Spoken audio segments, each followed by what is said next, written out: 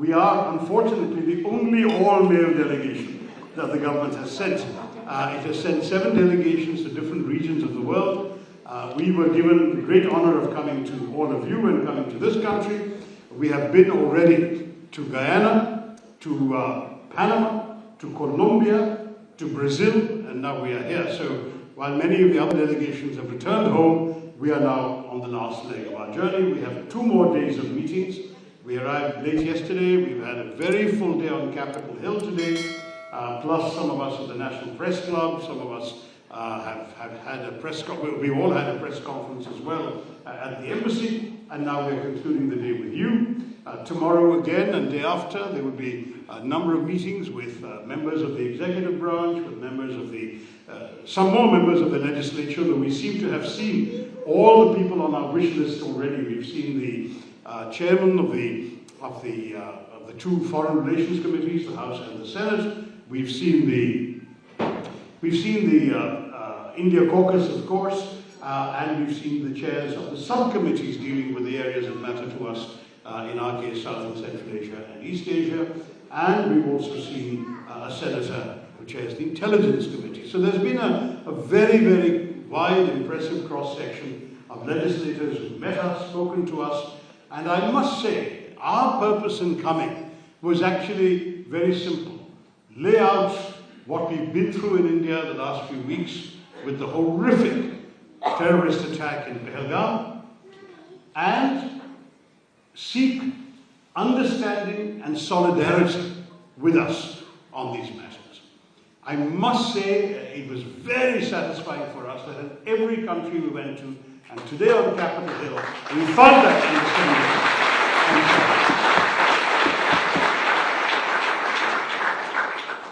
We came prepared for much more by way of a pushback or questions or even some skepticism. We found none. There has been an unconditional support extended to us in our struggle against terrorism. And at the same time, there is a strong sense that the relationship with India matters to all these people. Since we're in the US, I just mentioned that the senators and Congress people were all anxious. First of all, on this issue, they were with us, and then they wanted to talk more about how we can expand our cooperation, expand trade and investment, expand cooperation on defense, on intelligence, and all sorts of things. And the strategic partnership is real. We saw it in practice in the fact that the very, very highest echelons of the legislature dealing with foreign policy and foreign affairs took the trouble to see us. There's always things going on. In fact, when our meeting was ending at the Senate, they had to rush off to a vote. There's always something going on, but they found the time for us, and they engaged with us in a very positive and constructive way. So that's the main news. Secondly, as Ambassador Quattro pointed out, one of the things that came across was how much you matter. One of the representatives, I think it was Representative McCormick, mentioned that he had 14% of his electorate are Indians. There's no way that a man like that can be indifferent to the needs of the Indian American community and to your wishes about your homeland. So when you speak up to your representatives and you tell them what you'd like to see happening in their positions on matters that affect all of you and affect your families back home and affect India, that really counts. So I want to very much give you that message as well. They are conscious of you, they respect you, you're all very, very high achievers and people who do significant things, so we're proud of you and we want you to continue to do that. One more thing I want to point out, because it's something that I've always been telling you. There are 7 MPs here. One of my colleagues, Milind Deora, had to go on another assignment. But 7 MPs representing 5 political parties, 7 states, and we also have 2 ambassadors with us. There's the current ambassador in Washington and the former ambassador, Taranjit Sandhu. So we have 7 states, and counting them is 8 states and 3 religions. And I mention religions not because it should matter, because we are all equal under the Constitution in our country, but because the terrorists in Pahalgam tried to make religion an issue. By asking their victims, what is your religion, before shooting them between the eyes, and performing this heinous crime in a way that there would be survivors to tell the story of their questions.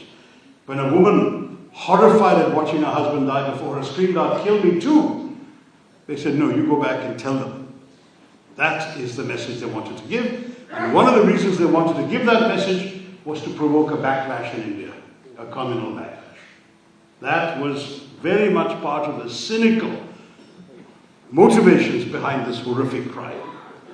And I'm proud to say that though passions were high for 24 hours in some places, India stayed calm, India rallied together as one, and India, as represented in this delegation, all spoke with one voice against terrorism.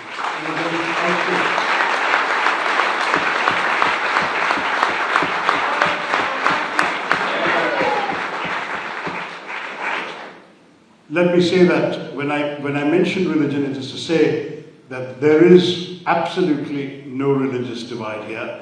We are one.